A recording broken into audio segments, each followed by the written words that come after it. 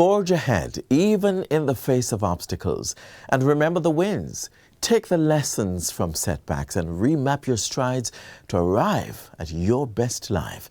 We're almost at the close of March and the government is gearing up to start the new financial year come April 1.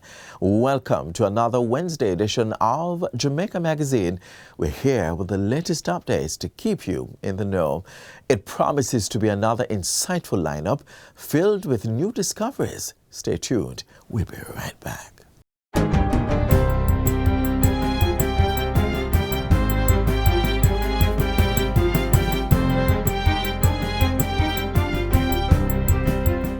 Good day, I'm Theodore Henry, and this is your JIS News for Wednesday, March 22, 2023.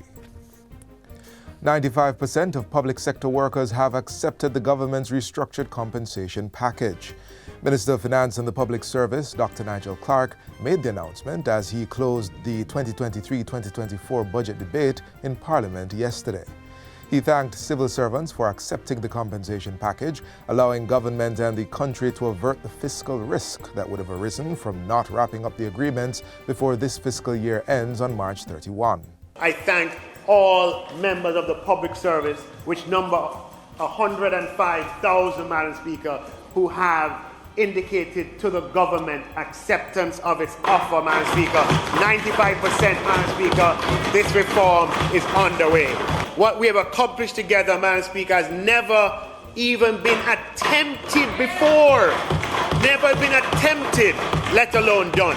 The restructuring exercise is intended to overhaul the system of salaries and other emoluments in the public service to make it more equitable. The new structure comprises 16 pay scales in the core civil service instead of 325. There are also 3 additional scales for teachers, healthcare practitioners, and security forces that are aligned to the core scale.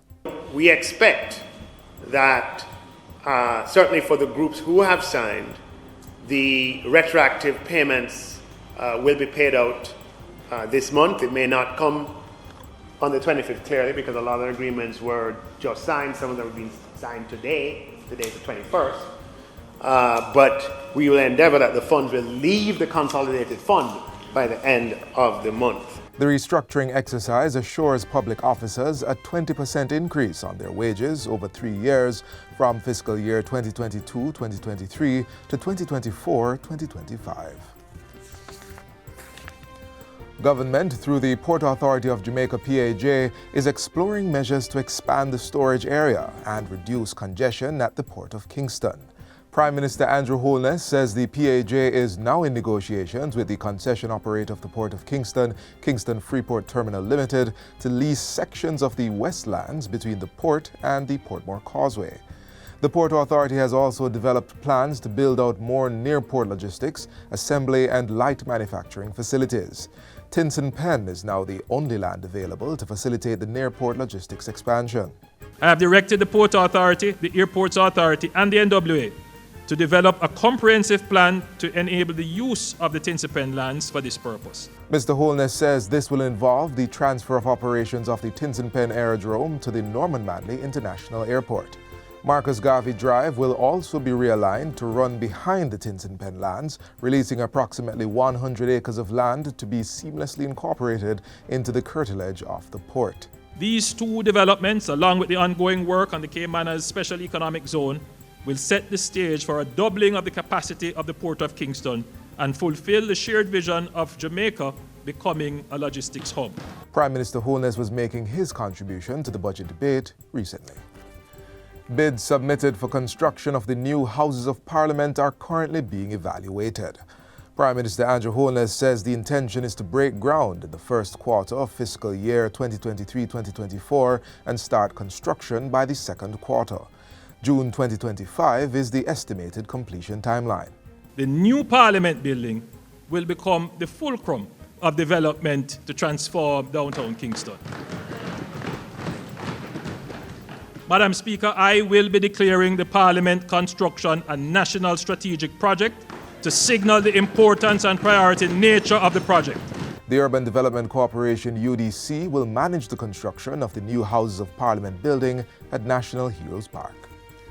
The Ministry of Agriculture will be increasing funds and setting up more drip irrigation systems in a continuous effort to assist farmers in dealing with the consequences of drought. During a recent farm tour in St. Elizabeth, Portfolio Minister Pernell Charles Jr. praised the farmers for the tactics they had been using in the parish. The tour included stops in the communities of Nain, Junction, Top Hill, Malvern, and Flagaman. We saw this sustainable cycle at work, Grow Smart in action, where there is the connectivity between the water harvesting, the capturing in the micro dams or the earthens, and leading to targeted drip irrigation, which allows for you to have prolonged productivity even through the prolonged drought. Water harvesting, when that go down, we use trucking and finalize it if you don't have no water. Like when we run out right now, we do trucking now. Minister Charles Jr. says the tour allowed him to view the regions that were seriously impacted by the meteorological drought currently impacting the island. Critical for us to see what we're seeing here because it shows that Jamaica is not just talking about it. He urged farmers to keep in touch with the ministry so they can receive the assistance they require. Minister of Tourism Edmund Bartlett says more local players in the Airbnb accommodation subsector are expanding the growth of Jamaica's tourism sharing economy. He reveals that approximately 29% of the 2.6 million stopover visitors in 2022 were in Airbnb accommodations. It means a large swath of Jamaican people with little homes, big homes, apartments, villas are now inserted in the tourism value chain, broadening therefore the range of participants in the industry, but more importantly, providing slices of this pie for a larger number of Jamaican people. The tourism minister was speaking at the recent opening of the $1.3 billion Bengal Cove Villas, a 15-unit luxury development in St. Anne. He welcomed the new villa, adding that Jamaica had become the leading destination in the resurgence of villa experiences for visitors. Minister Bartlett is encouraging more investment by locals. And we are going to be encouraging more and more Jamaicans to participate in this very important subsector of the industry. And finally, Minister of Foreign Affairs and Foreign Trade, Senator Kamina Johnson-Smith, says Jamaica's partnership with members of the diaspora for the mutual development of Jamaicans here and abroad remains solid. So the Ministry of Foreign Affairs and Foreign Trade, through this very important arm of our portfolio, along with our stakeholders, including our overseas missions and our private sector partners, will continue to enable, to foster, and to develop the relevant policies, programs, and projects to build these ties towards national development, which of course relies deeply on human capacity development.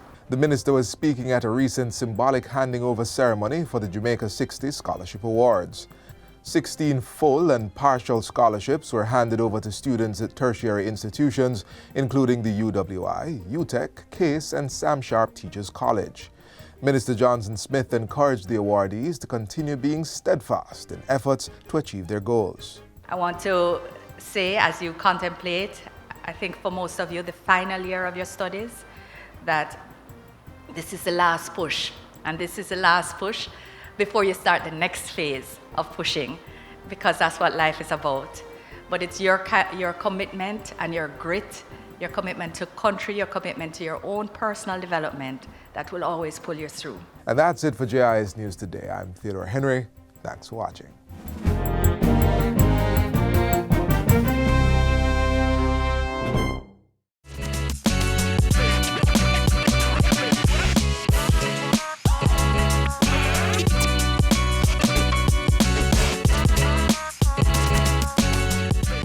It's the revamping of Jamaica's public transportation sector to effectively serve its citizens and to benefit stakeholders in the industry. We now take you to the vision and implementation plans for the sector as laid out by Prime Minister Andrew Holness in his recent budget presentation. The following is an excerpt from the 2023-2024 budget presentation by Prime Minister the Most Honourable Andrew Holness. To support the public transportation sector, the government will be implementing the following. 1. Cutting of renewal fees for route taxis, hackney carriage, rural stage carriage, and contract carriers of public passenger vehicles by 30% for a period of 1 year. Madam Speaker, this could amount to as much as a $5,000 reduction in some fees.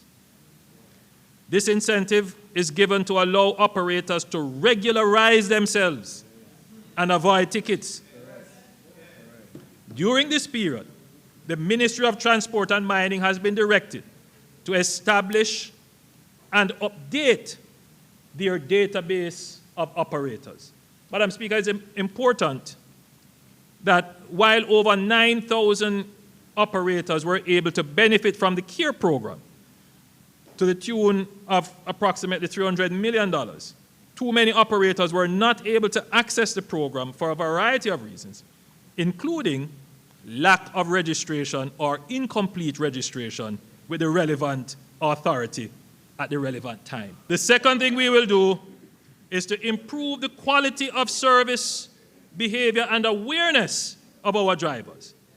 We will be introducing a short course for all public passenger vehicle drivers to be administered by the Island Traffic Authority in collaboration with the Heart Trust NSTA. Drivers will be invited to register for the course focused on the new Road Traffic Act, defensive and courteous driving techniques, maintenance and sanitation procedures for vehicles, assistance with establishing bank accounts and digital wallets, and the use of digital payment technologies. All drivers who register and complete the course will be formally certified, and they will receive a $25,000 grant from the government of Jamaica. Madam Speaker, specifically for motorcycle riders, we will be making 10,000 helmets available free of cost. Last year, the government announced a special loan window for transport operators to refleet or upgrade their vehicles. Madam Speaker, it wasn't taken up. Again, you know, the taxi industry, Madam Speaker, the informal nature of some of the arrangements makes it difficult when they have to interface with formal banking systems. So, Madam Speaker, we're recrafting the loan. We're looking at the parameters for access, but we are adding a new parameter. And what we're saying is, Madam Speaker, we will give preferential terms for persons who would like to change their current vehicle or motorcycle to an electric vehicle or motorcycle. Madam Speaker, our preliminary analysis is showing that electric vehicles could be far more efficient on certain routes than combustion engines. So, Madam Speaker, you know, if you have a route taxi, for example, and you're doing a round-town route, that's perfect for an electric vehicle. The NWA has been directed to collaborate with the Ministry of Transport to assess the adequacy of parking, loading bays, and approved stops in urban areas and townships and along all approved routes. The NWA, however, will prepare a specific budget for high-use and critical loading areas and parking areas to be funded in the next budget. Madam Speaker, we want to transform public transportation in Jamaica. The above measures, along with the 100 electric buses announced last week, is a significant seed in the transformation.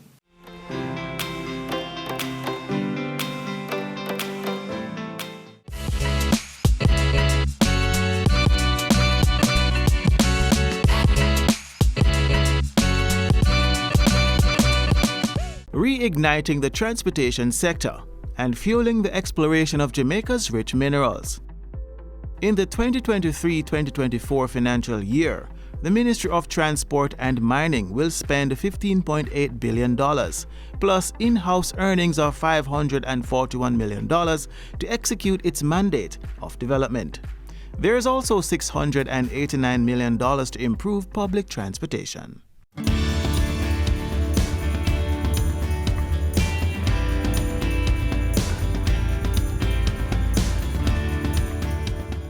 To get the engine rolling, the ministry will spend $1 billion on administrative functions. We have been facilitating the investigation of alternative sources of mineral exploration and maximization. $365 million is set aside to fund Jamaica's mining sustainability. The sum includes over $37 million for metallic and non-metallic minerals exploration and $92.5 million for geological and geotechnical assessments.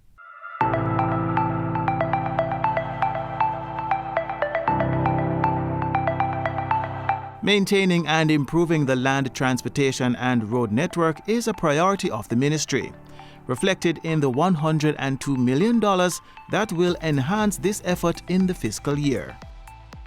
The funds will largely support the work of the Toll Road Authority. The ministry will focus on administration of the new Road Traffic Act in designing a safe and efficient road network and improving the transportation network. The budget driving this endeavor is $8.2 billion. The sum includes $7 billion to subsidize the operation expenses of the Jamaica Urban Transit Company and $247 million for the Montego Bay Metro Limited. Another $47 million is for road safety promotion. We just need an attitude change. We need a behavior change. We have a responsibility to look in the mirror and say, in the pursuit of excellence, one person can make a difference. And then you say, in the pursuit of excellence, in driving, I will make a difference. Road safety remains a top priority, and $841 million will reshape the Island Traffic Authority ITA. Of the sum, $100 million will aid the restructuring of the ITA for greater efficiency as an authority on road safety. The entity is responsible for the examination of vehicles for safety and the testing and issuing of driver's licenses. Meanwhile, the National Road Safety Council, whose focus is on vehicular and pedestrian safety, will receive $24 million to support its execution. To support the development of shipping and the regulation of merchant shipping and seafarers, $564 million will be spent. This will support the Maritime Authority of Jamaica MAJ's regulatory work. Over in air transport, the government is ensuring safety and development in the aviation industry with a $5.9 billion budget. This will be executed by the Jamaica Civil Aviation Authority, JCAA. The intention is to get to at least 400 buses. The key project for the transport sector in the new financial year is the expansion of the JUTC bus fleet through a capital budget allocation of $689 million. The order for 50 new buses has been placed with the manufacturer. It includes 45 diesel and 5 electric buses, plus equipment to establish 3 charging stations for the electric buses. The ministry remains committed, whether by land, sea or air, to move people and goods to their destination on time, as it fuels the economic efficiency of Jamaica.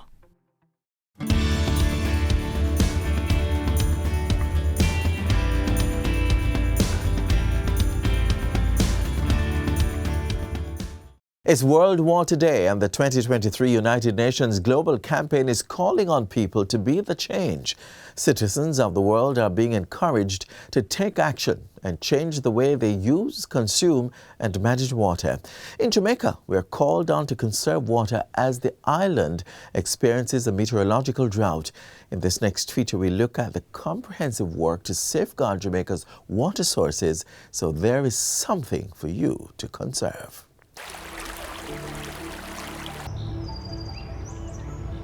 Jamaica, the land of wood and water, Preserving the rich history of our island's natural bounty is centered on the core ideal of sustainability. So, with every precious drop of rainfall harvested into the beautiful canopy of the island, increasing the urgency to safeguard our water sources is everyone's responsibility. An area of land that allows for the drainage of rainwater into a common place like a pond or river is known as a watershed. Now, you may live near a river or drink the water from a bottle, but how much do you know about watersheds and their life-giving role? There are over 100 rivers making up Jamaica's watersheds. These rivers are critical resources to the ecosystem of the land, while empowering our economy. The National Environment and Planning Agency NEPA manages Jamaica's 26 watershed management units WMUs in partnership with key governmental agencies such as the Rural Agricultural Development Authority RADA, the Forestry Department, the Water Resources Authority and other partners. There is one major factor to note in the protection of watersheds, and it's the delicate balance of the communities who earn a living from these areas through agriculture. So we try to take a bottom-up approach to watershed management.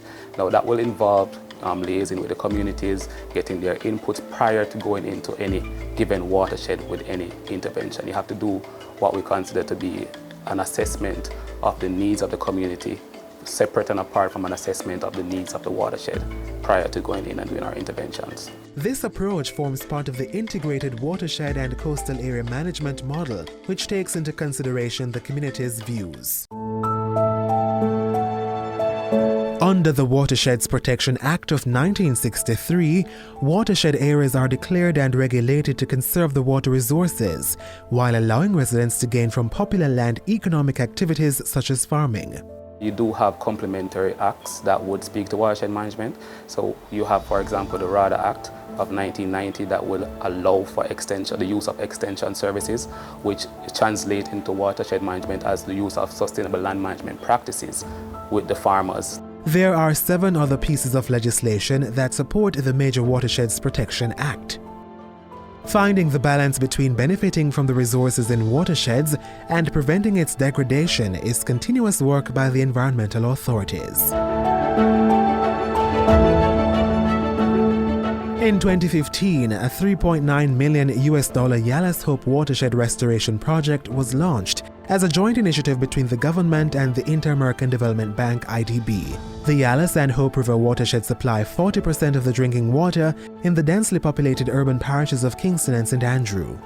We would have trained under that project over 5,000 farmers in sustainable land management.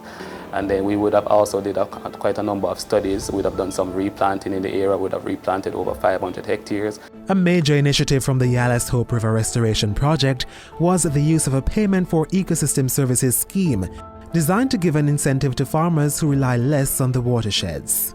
At the end of that project, we would have, through modeling, showed that we have seen a reduction in about 8% of sediments coming down out of that watershed, and that's a conservative estimate. It goes up to 17% when you factor in the interventions that were done by our partners in these watersheds.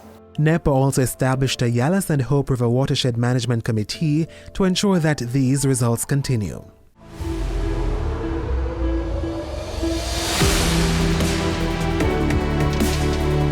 Jamaica's international ranking as a strong and actions-based drive of environmental protection is steadily growing. A Jamaican Path from Hills to Ocean project is the latest initiative to restore 3 major watersheds across the island in the next 5 years. The $1.05 billion Jamaican dollar project is a joint partnership between the government and the European Union, executed by the Planning Institute of Jamaica in support of NEPA and RADA. So the rapid ecological assessment is expected to inform some of the project activities that will help with the RADA-led components in identifying some areas that will be prioritized for intervention, and those priority will be for trainings for farmers and other techniques that would help with the overall watershed management. The Kingston Botanical Garden is one particular location within one of the watershed management units that would benefit mostly from some of these activities. Work will also be done onto wetland ecosystems. Winds Morass in Trelawney, and the Mason River Protected Area on the border of St. Anne and Clarendon.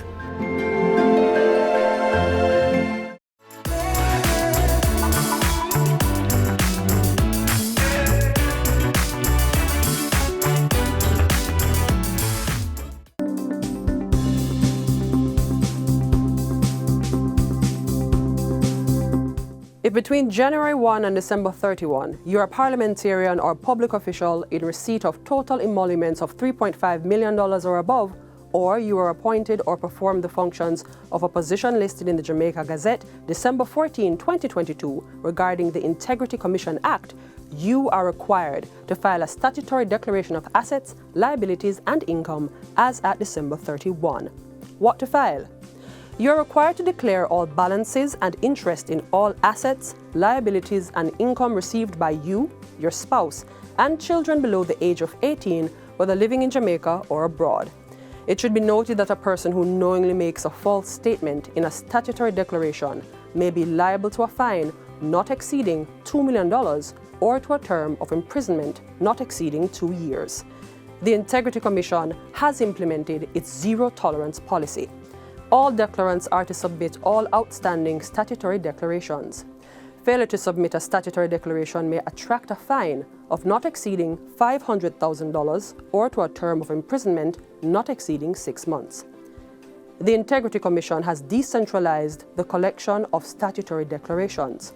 Submit your statutory declarations for the previous calendar year securely within your organization on or before March 31 of the following year. Here's how. Firstly, complete your statutory declaration. Ensure you have entered the correct as-at date, for example, December 31, 2022. NA or C attached is never an appropriate response. Use none and list all required balances. Copy or print additional pages where necessary. Ensure all the sections are signed. A justice of the peace is required to validate your signature by signing, entering the date, location, and affixing their embossed seal. Attach the relevant supporting documents. ATM printouts are not accepted. You then proceed to your in-house collection point. Collect a statutory declaration envelope and security seal. Place the required information on the statutory declaration envelope, seal the envelope, and affix the security seal. Deposit the secure envelope in the Integrity Commission branded collection container or with your designated officer on or before March 31. Finally, enter your name and date of submission on the Integrity Commission log sheet. The designated officer should deposit the white copy of the log sheet in the collection container on April 1. Retain the yellow copy for the files and facilitate the submission of the collection container to the Integrity Commission. The Integrity Commission will register your statutory declaration and send you a receipt by email on or before May 13. After submission, the statutory declaration is examined for due completion and accuracy. Where the Integrity Commission is satisfied that the statutory declaration has been duly completed, certification is done and an advisory issued to the declarant. Submit your statutory declaration completely and accurately and get on the path to certification. For more information, visit our office on the 4th floor of the Sagicor Sigma building at 63 to 67 Knutsford Boulevard, Kingston 5, or give us a call at 876-968-6227 or 876-960-0470.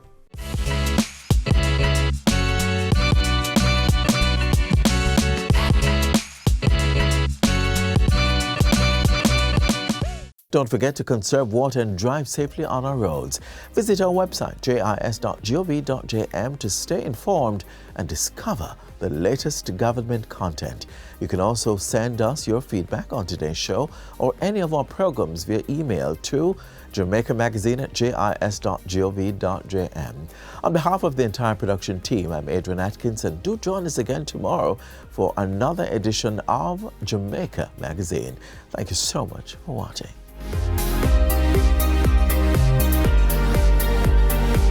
This has been a production of the Jamaica Information Service, the voice of Jamaica.